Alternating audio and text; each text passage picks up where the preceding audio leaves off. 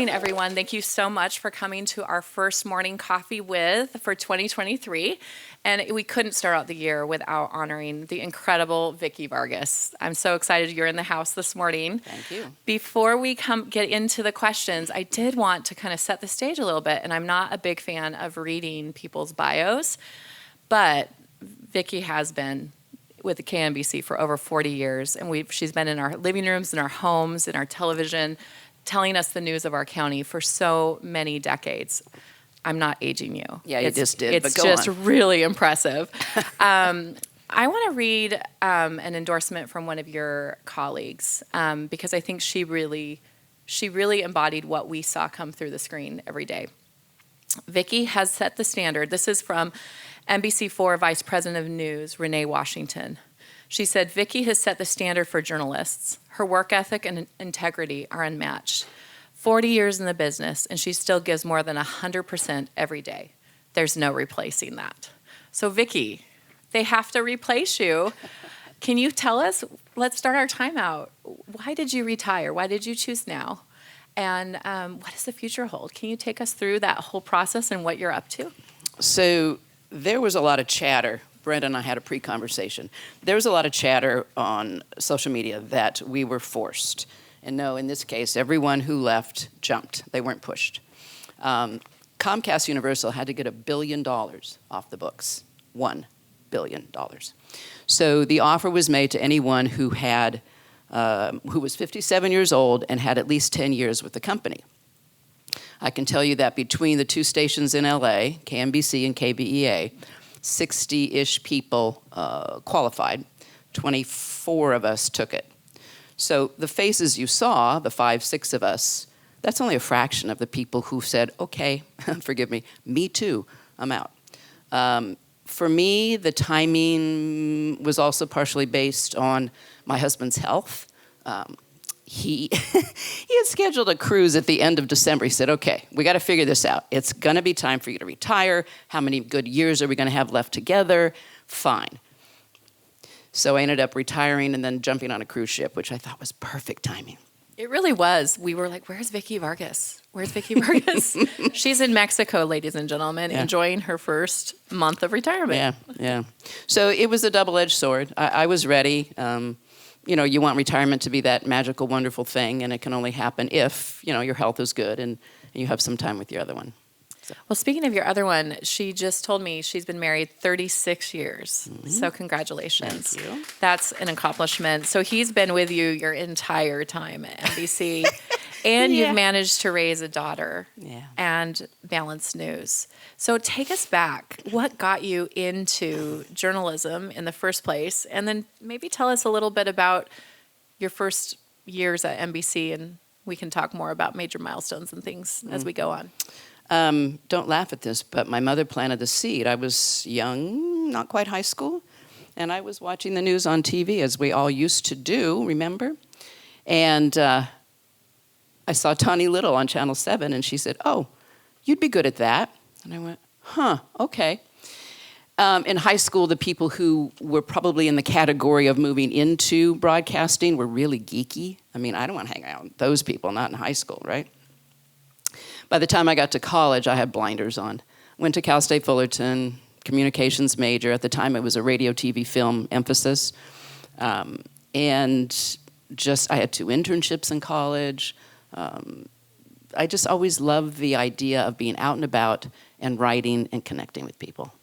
That was how it all started. So what got you the job at NBC? What was that like? So my first job was at a station called KESQ, which still exists in Palm Springs. It's the ABC affiliate, because of another Cal State Fullerton graduate who was working there. He came back and said, hey, there's a job opening. So I managed to get a job right about the time I was graduating from college. Very lucky that way. Within 6 months, I realized what the weather was like out there, and I started sending my tape out to news directors. Hey, what do you think? Someone knew someone who knew someone, got my tape in front of the news director at NBC, and a year after Palm Springs, I was at Channel 4. I love that. Does it still work that way for journalists? No, that's the Cinderella story. It doesn't work that way. I love that. Okay, so you told me about your first day walking into NBC, and I'm curious how many people might recognize some of these names. I knew one of the names. Oh, wow. And see, you're aging me again, Brenda. Hey, you said 57. I like that. Oh, if only. So when I walked in the door, I was awestruck. I mean, these are the people I grew up watching on TV. Trisha Toyota was at the newsroom camera doing a cut-in. Thank you, Steve. Darla's Okay, nodding. good. We got a nod. Okay. John Schubeck was an anchor. Kelly Lang was an anchor. We were just starting a 4 o'clock show, and that's when I was brought in. Fritz Coleman was brought in at the same time. Fred Rogan was already there. Stu Nahan was there. Yeah, those were the names. And I was just nervous as all get out because I was working with those people. Well, Fritz stayed the whole time. He left with you, right? He left about a year prior. He left during COVID-ish. Oh, he's wonderful. Yeah, he still is. Yeah. He said some amazing things about you in the public. What was it like for you retiring and hearing your colleagues and your fans? I saw some of your comments, but we're here personally now. What was it like for you? Was it a little surreal? Very much so, because you think about 40 years, but then you don't think about 40 years and what has happened during that time. And I'm one of the oddballs who has been in the same place for 38 of those 40 years. So to have this county, to have the evolution of this population, and to have witnessed all of that, never really hit me that very few people get to do that. Yeah. Well, you've seen the world change, and you've had to report on local news as it relates to world news. What are some of the milestones that have you've witnessed at NBC, and how have you seen things shift for you? What was that like?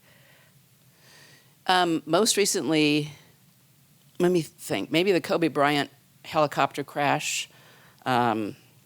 Before that, 9/11 and all the connections that were here, Route 91, and the people who were there, who lived here, or families were here. As far as the evolution, we talked about this momentarily.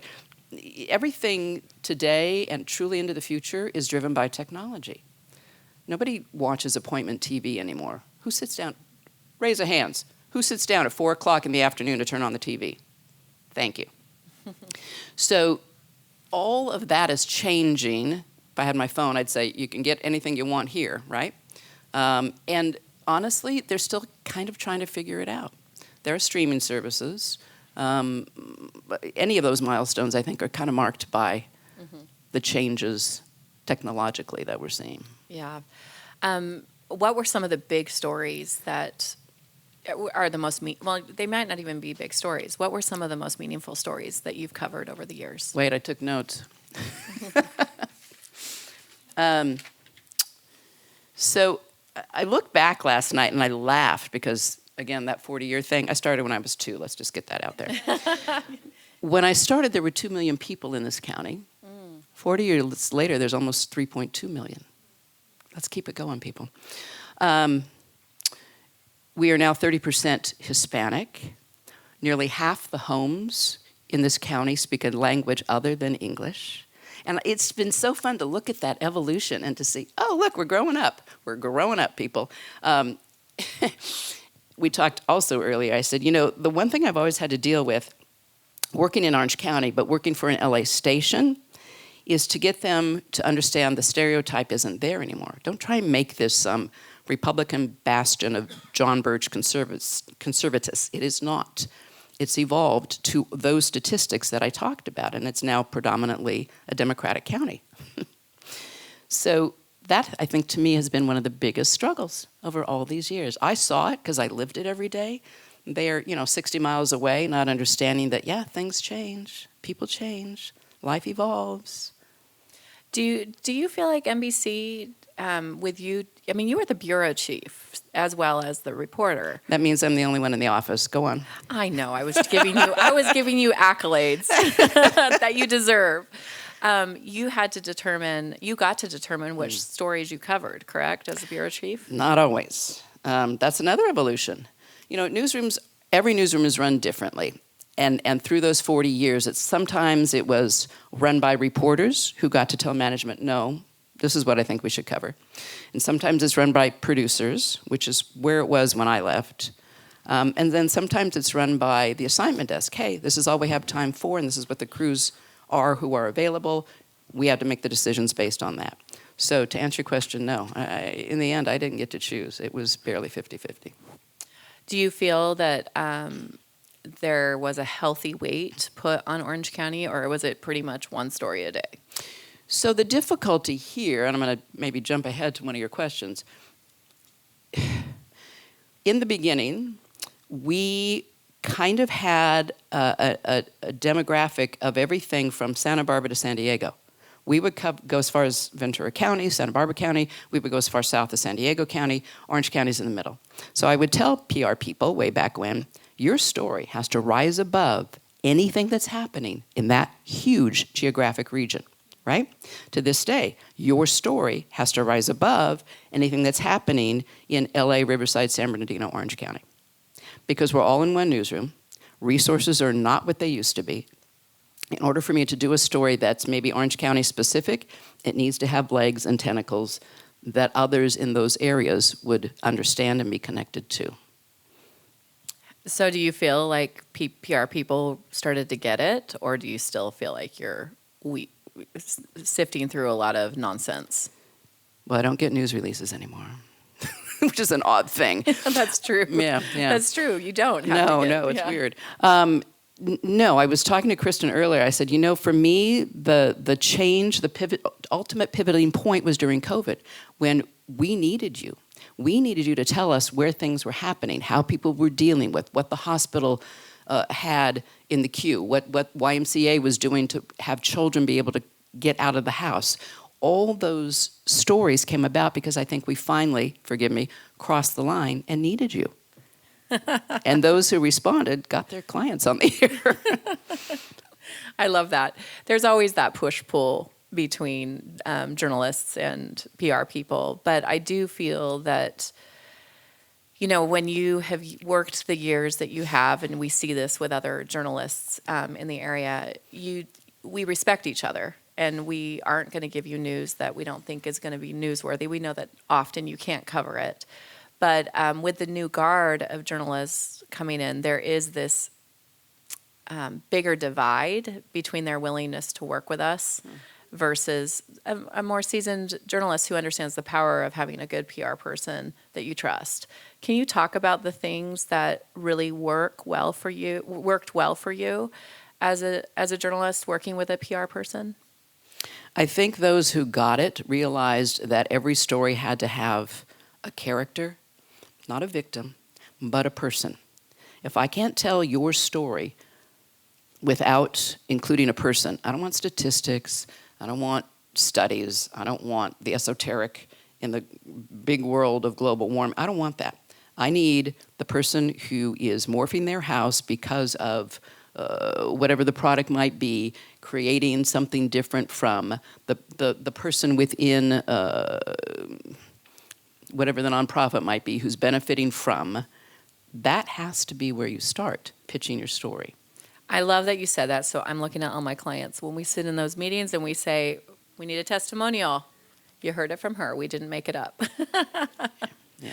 It's super important because it's about telling human stories. Exactly. Can you think of a story that really shaped you as you were interviewing the subject? That because you have to cover a lot, but you get up close and personal with people in their lives.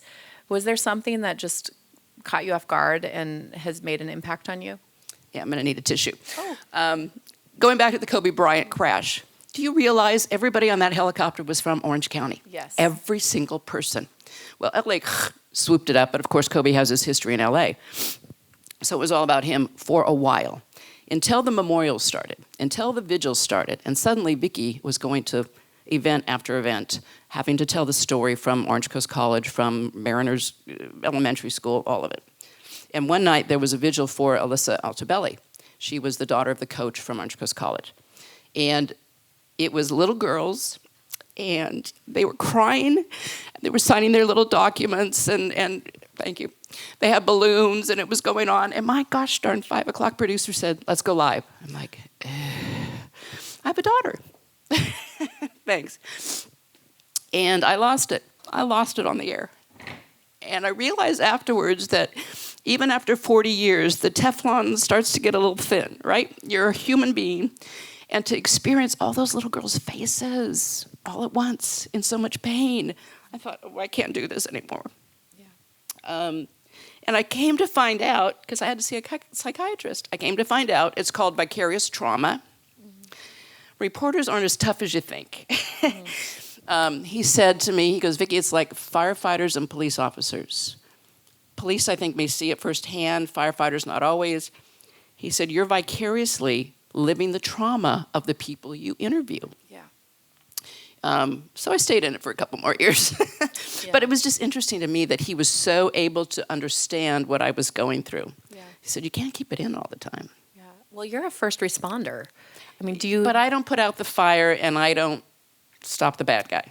Right, but you also inform the public when a crisis happens, and we all turn to you, and we expect you to be on the front lines telling us what's happening. I never thought about... Holding it together. Yeah, I never thought about that and the toll that it takes. Thank you. Yeah, thank you for sharing that. That's really impactful. Oh, well. But yeah, so, when you're out there and depending on who your client is, don't forget that those are people who go home to families too, So I heard you're a terrible cook. Oh, my God. No, if there's a microwave, I'm good to go. What was it like balancing motherhood, marriage, family, and the demanding news cycle? So I have a lovely friend who's a retired news director, and we were all at an event the other day, and she said, I realized early on, because she also has one daughter, she says, I tell the young ones, the young female reporters coming in, if you want to think you can have it all, you can't. Look at Charlotte. It's a dedicated job. It's a 24/7. It's a 7-day a week. It's just expected. Yeah. And she tells these young female reporters, you got to figure this out. If you want to spend that much time involved in your career, great. But you got to spend that much time involved in your home life too. So you tell me where that 200% comes from. And so her boss said, stop telling them that. She goes, look, I lived it. They need to know. Yeah. Did you ever do the early morning? Oh, God, yeah. How many years? Probably barely one. Oh, okay. Are you a morning person, Vikki? I am not a morning person. More. Oh. I always think that that's probably the hardest job in news. I see these lovely young things getting up, all made up, going out in the rain and the snow. Their alarms are set for 1 a.m. That is nighttime, people. That is nighttime. So, yeah, it was a rough one. And back when I did it, we didn't have a morning show. We did cut-ins for the Today Show. Mm-hmm. And that was just, 3 minutes here, 3 minutes there. So then you had to go out and do a story after that. Mm-hmm. A number of times I'd pull over and take a nap and then get up and go do the interview. Yeah, I was not built for mornings. I'm not either, but I tend to still do it. Honestly. Let's talk about the National News Bureau, because you are in the number 2 DMA market here in Los Angeles. Did you get to do a lot of national coverage? What are some of the stories that you covered that we might remember? Okay, I'm going back. It must have been early 90s. We had one man from Orange County and 2 others involved in Catholic Church who were hostages in Iran. Mm. And when they were released, I got to go to Germany and witness that, because I'd been covering the family forever and ever here in Huntington Beach. That was a kick, being next to a national correspondent. I knew him, George Lewis, and covering the same story, going 120 miles on the Autobahn. Nice. And getting up in the morning because of the time change, and doing what we could do as far as access to the people and the places there. So that was one. When the LA riots happened, nobody knew that was going to happen, right? Right. Yeah. Wow. So I'm a skirt and high heels. You really are bringing us back. Yeah. And by the time the afternoon progressed, they needed a body in-house to do the news channel reports for all the other stations across the country. So I ended up in the newsroom putting everybody's tape together and being on air on other stations across the country. That's great. Well, we know this job, this is a question I didn't have on, but I know we've talked before. We know that this job is a job you do as a team. It's not alone. And over time, you develop, your synergy. Why don't you talk to us about your news photographer and the relationship a reporter has with a news photographer? Because he's kind of flying solo without you now, right? Until Friday. Wait. Oh, did you just break the news? Yeah, well, it's already been out there. I worked with a gentleman named Armando for a year and a half, and it was a really good team, really good connection. He's fantastic. Yeah, and he kind of saw the writing on the wall before I did. He said, I think I want to get out and do production.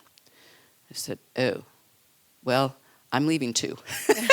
It was kind of one of those momentary, oh. So, yeah, his last day is Friday. He lives in San Diego, so he had to make a real commitment to be up here during the week. And you have to get along with that person. So I know the question was going to be asked, but I will answer it before it is. They have named Teddy Chang to replace me here in Orange County. She doesn't have a photographer yet. Oh, no. So we had lunch yesterday, and we talked exactly about that. You have to get along with that person because you're with them, at work. You're with that person more than your home life. So she's waiting to see who that might be. Do you have any suspicions? No. Oh, yeah. No, not my. Man, it's an end stripes for that. It's end of an era. No, but she's excited to kind of take over, and she's been working nights. She said to me, Vikki, I don't remember the last time I was in a courtroom. I said, well, I'm not sure we cover that stuff anymore, but so I'm sure she'll do fine. Yeah. Okay, so I thought that they were going to just keep a news photographer in the area because I was going to say, any tips that you have for working with news photographers without reporters? They tend to be grumpier than most reporters, but Armando wasn't. Armando was always nice. So. Well, because there's nobody to front for them, right? Right. I'm the one making the calls and setting it up, and they come in and make it pretty. Yeah, so it'll be a team in time. It'll be a team here again. That's great. Is she going to be based here in Orange County and making the decisions? Yeah, she's been living in Tustin for quite a while. That's great. Yeah. That's good. So she knows the territory. Well, we have more questions, but I want to open it up to the audience. Obviously, there's a lot of fans in this room as well. So let's start with Mr. Steve Term.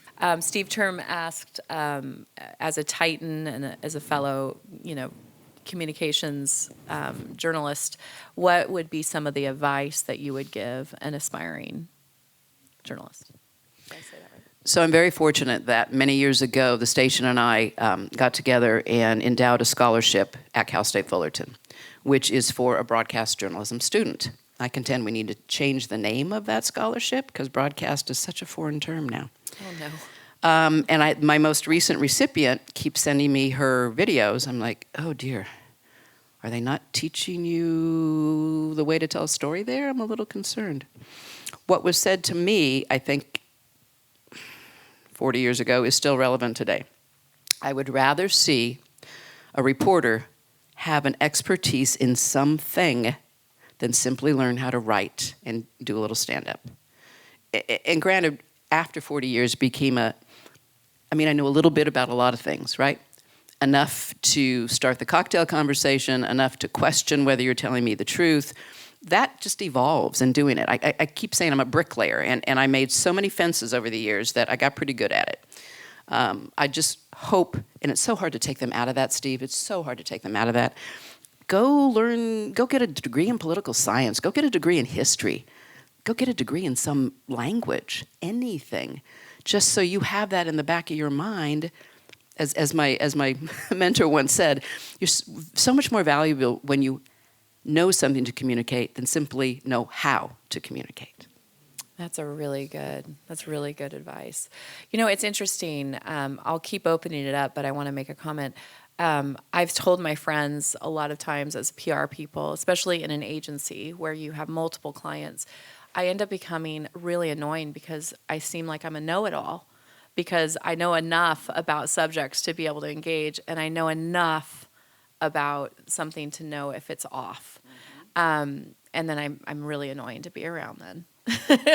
No, but that adds to your credibility, don't you think? Oh, totally. Yeah, totally. But I also, so I think that there's a lot of PR people that can relate to that. But I I do think that we are seeing newsrooms changing so fast. They're staffing up with a lot of young, inexperienced journalists, which is part of the process, right? But what we're missing is expertise within beat reporting. And you just don't see beat reporting anymore. And we're finding that we're having to do re-education, more media briefings, and in order for them to accurately report on some of the nuances of very complicated subjects. Do you see, with the streaming that's coming out, the newsroom shifts, do you see them ever leaning back into beat reporting beyond the White House? I was just going to say, on the network level, God willing, it will still exist because it has to. Probably not. And I didn't even think about that. Here's Susie Q coming in to say, hey, about that issue. And you're going to say, hey, this is what it's about, which is not fair to you and not fair to the audience either, right? Right? No, I don't see it. Other than the geography, the Inland Empire still exists, Orange County still exists.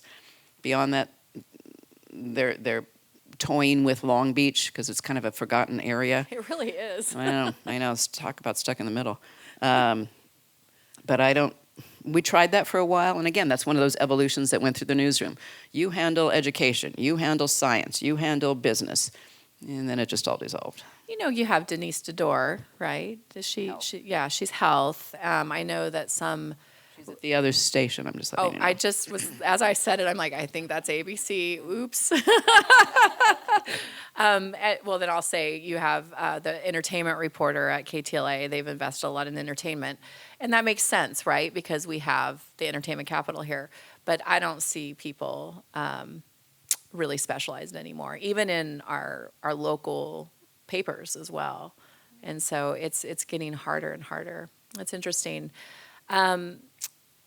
Any other questions? I'll open it up for more questions. Did you have a question? Oh, it's your sparkly headband that looks like a... Yes, go for it. So to summarize the question, do you take pre-packaged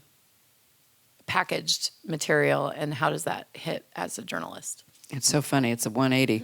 Back in the day, there were medical entities who would send us entire packages, and it was a big no-no. Strip it down, use a video, go do your own interviews. Today it's like, can you send me a little video of that ribbon cutting? Not that we use ribbon cuttings, but you know what I mean.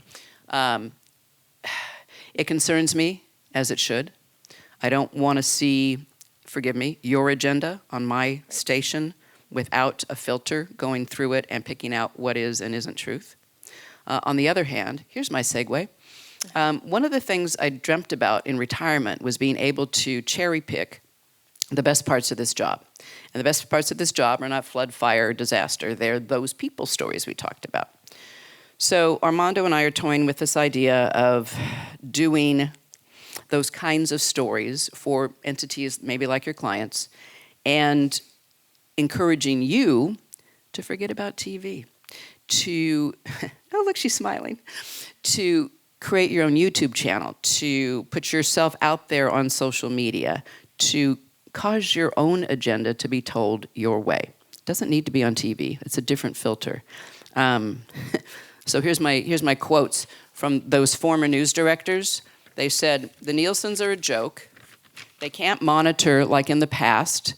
Current news director in San Diego said, one rating point is about all you can expect. When I started, we were in double digits, easy. Appointment TV is old-fashioned. One news director said he feels like he's driving a stagecoach, given all the online options. Technology will drive the landscape.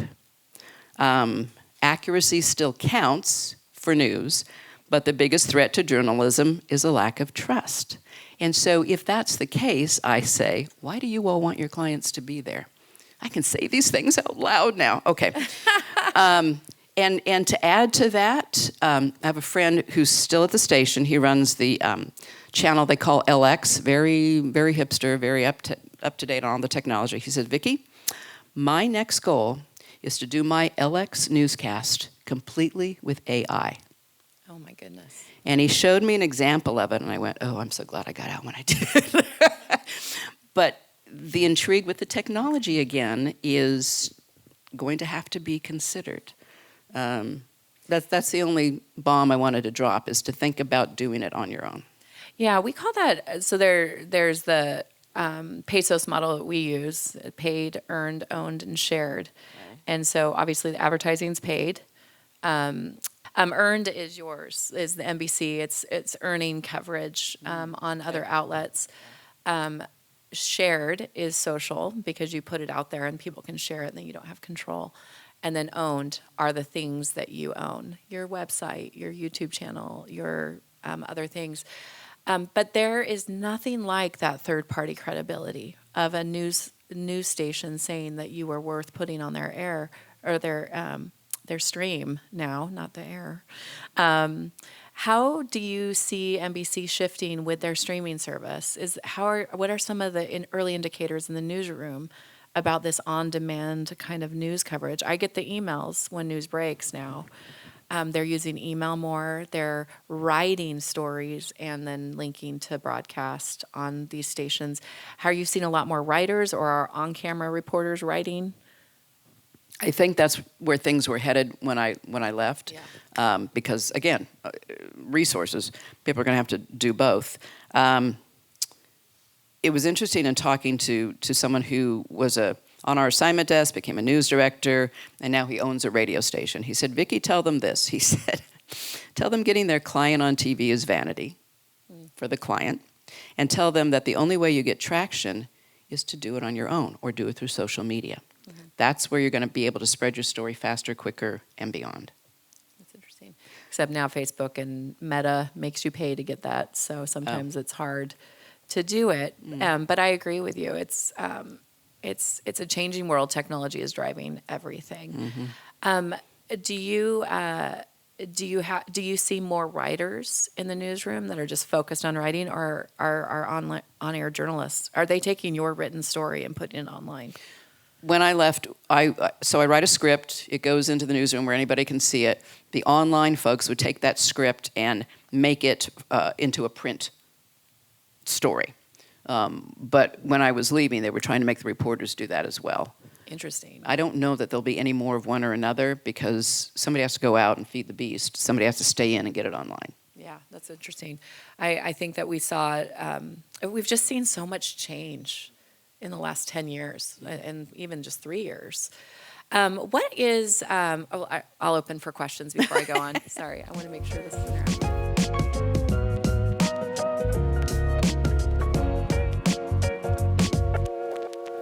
So to answer the first question, there is a streaming service. It's called NBC Now, National. The people who work on that are predominantly young. That's a relative term, young, I know. And they're trying to create that as a place where someone, a millennial or younger, would go for their news. It's growing. But you still got to make a buck on these things. They're still a business, and they haven't figured out how to make the dollar that you get for a broadcast commercial the same dollar that you're going to get online. That's still being worked out. The issue of language, I was so happy when NBC bought Telemundo because we were all in the same newsroom sharing stories, and in the end, Armando is bilingual, I'm fake it, and we would go out and do stories, and if someone would say to me, I don't speak English, I'd say, Armando. And we got to cross over a lot. We would get Spanish for them, and when Telemundo would go out and send a crew somewhere in Orange County, they would get English for us. It was a good tag team. So I am thrilled that at least there's that symbiotic moment happening right now at NBC. Yeah, I definitely see that, and I think it's good. Do you feel we have a growing API community here in Orange County? I mean, it's I think the Vietnamese community is the largest in the Western Hemisphere, I think. I'm not sure. I'm fact-checking, sort of, on it. I'm getting a nod from Kushbinder over there that it's up there. Any partnerships on the horizon with API stations, knowing our population numbers? I will tell you that's probably the biggest downfall, and I contributed in Orange County in not having someone in the newsroom who spoke the language. That always seems to be the barrier because you get shy, right? We had one person who spoke Vietnamese, and I'd have to call her often. Hey, I need help with. And she helped me through. Remember when the 3 inmates escaped from the Orange County jail and they kidnapped a taxi driver? Oh, yeah. Well, that taxi driver went to an Asian language Vietnamese newspaper and spilled his guts. And next thing we know, other TV stations are there getting the interview. I said, I don't even know where this place is. I don't know how to reach them. Every time you call, they're speaking Vietnamese. That was sad. You know, in hindsight, that was sad that we weren't prepared for that. Yeah. So that's probably the one downfall Yeah. in this county. You know, it's interesting. You set some statistics there. We are changing dramatically. So is Los Angeles. How does the newsroom? Do you feel like the newsroom's intentional with their DEI efforts, or even just news in general? Or do you feel that it's for? I mean, I don't know if you can say this because you're still technically a representative of NBC. But let's talk about broadcast TV in general. Do you feel like it's show, or do you feel like there is a good intention behind? I have never worked in a company that was so engaged in its DEI program.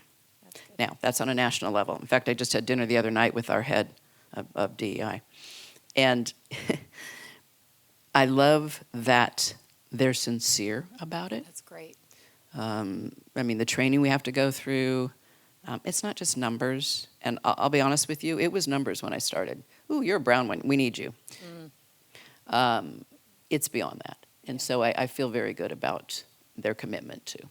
That's great. I've been noticing across broadcasts also more diversity in body positivity as well. You're not seeing as many of the beautiful bombshell women in the early morning show. I mean, there's still beautiful women and beautiful men that are on TV, obviously, but I've been noticing that there's a diversity in even body positivity. Have you seen shifts in that? Funny, I never stopped to think about it. Only that, well, for me, I look at the age difference. You know, age is also, I mean, NBC has made a commitment to keep veteran reporters out there when you see other stations don't.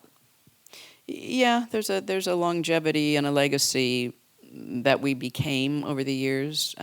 You know this business. You start in a small market, you go to a medium market, you work your way up. Right. But some of us were lucky to get in at an early age in LA, and so where are we going to go? We're going to stay here because we like it and it's where you want to be. Right.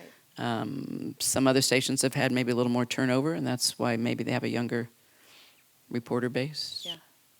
That's interesting. Other questions?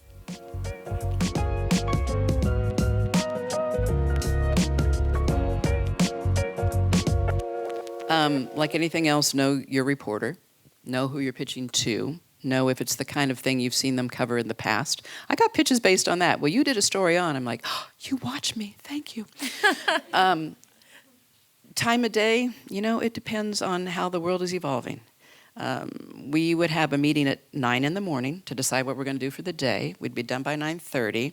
All hell would break loose and everything would change 2 hours later. So as much as we tried to, go through that. At 3 o'clock, they have a meeting for what they're going to cover the next day. And then overnight, all hell breaks loose and it changed by the morning. I'd hate to be a planner. We actually have planners. I'm like, what are you planning? It's all going to change by tomorrow. There is no bad time. There is no good time. I think an email is a good start, but I think a text, if you have a connection with someone, that's far more personal. Please, God, don't pitch on my messenger on Facebook. I mean, the stuff I get, I'm like, this is not, maybe I'm too old school, but this is not how the real world works. Come on. Yeah, there's no real good time. Do you feel that sweeps weeks are still relevant? Yeah. No. Next question. Okay. Yeah. I mean, the Nielsen numbers was so interesting. I remember we used to gear everything towards sweeps. Are they even a thing anymore? Oh, we're on sweeps 52 weeks of the year. That's the line. Yeah. Okay. Good. I'm glad that that's out of it.